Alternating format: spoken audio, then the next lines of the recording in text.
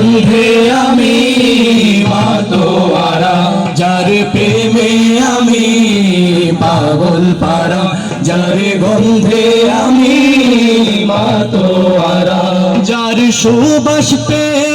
আমি বাঁধন হারা, যার ভালোবাসায় বহে ফুলকো ধারা, সে যে আমার প্রিয় নবী কামলেওয়ালা, সে যে আমার প্রিয় নবী সাল্লাল্লাহু আলা, সে যে আমার প্রিয় নবী কামলেওয়ালা, সে যে আমার প্রিয় নবী। ইয়া নবী আল্লাহ,